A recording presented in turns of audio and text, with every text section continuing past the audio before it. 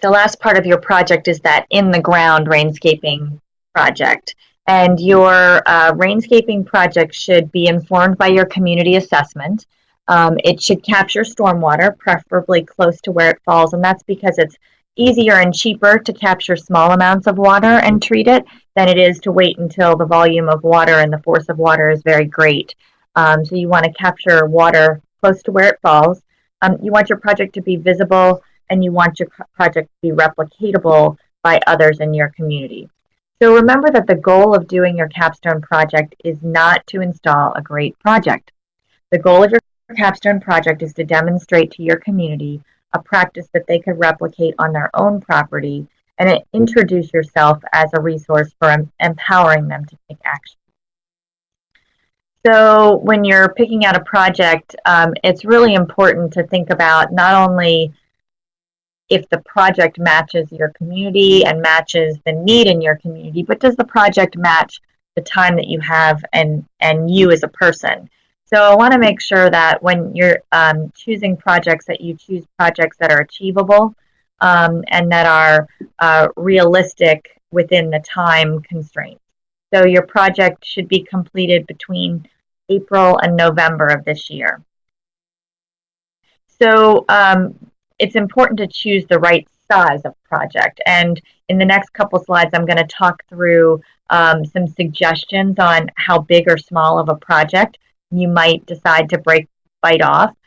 Certainly people have done bigger projects than I'm going to suggest, and that's certainly fine if you can take on a larger project.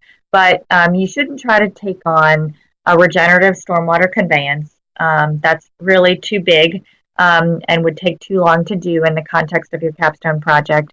And you shouldn't do something as small as just one rain barrel. So what is the right size of a project for a capstone project? Uploaded in the independent study folder is a document that gives some written guidance as to the scope of various types of RainScaping projects, but I'm going to really quickly go through and give you an idea here. So rain gardens, rain barrels, cisterns, you want to not just install one. The guidelines for rain barrels is that you want to install at least 20 rain barrels in a community or 5 cisterns. And it's always great if you can pair those with conservation landscape. So if you did conservation landscape and rain barrels, you wouldn't have to do as many, but if you can pair the two together, that's always nice. Conservation landscaping, again, this is a great practice to connect with your rain barrels. And if you do 200 to 400 square feet of conservation landscaping, that would be an appropriate size capstone project for demonstration purposes. Here's a nice conservation landscape paired with a rain barrel that was a capstone project down at the West River Camp in southern Anne Arundel County. Downspout disconnection or redirection is another type of RainScaping practice.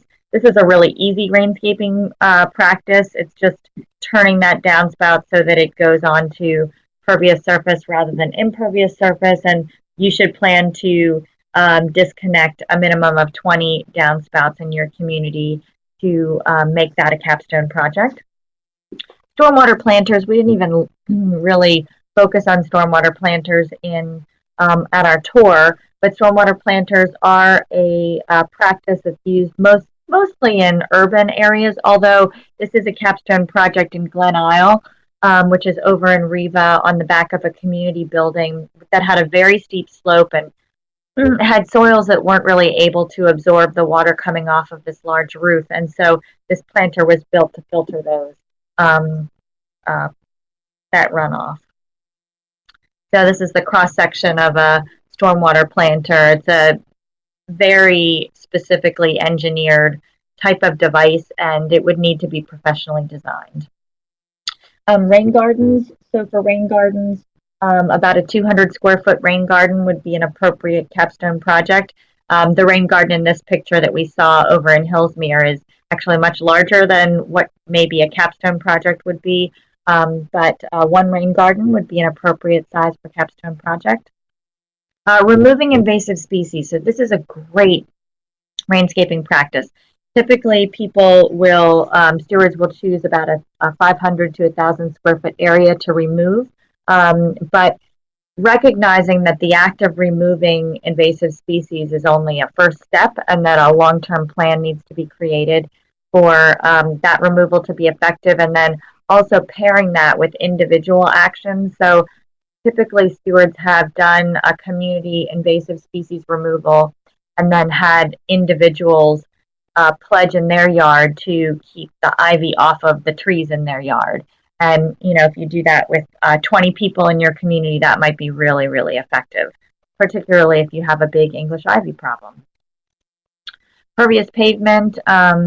So for a lot of reasons, this is not a practice that many watershed stewards install as part of their capstone project, although it can be done. It does tend to be a little bit more costly and have a lot of limitations, installation limitations. So we talked about that in a previous webinar, so I won't go into it. But a small section, 1 to 200 square feet of pervious pavement would be an appropriate size. And then lastly, removing hard surfaces is also another opportunity. And if you removed a couple of 100 square feet of impervious surface and replaced it, say, with a conservation landscape or other pervious areas, that would be an appropriate size.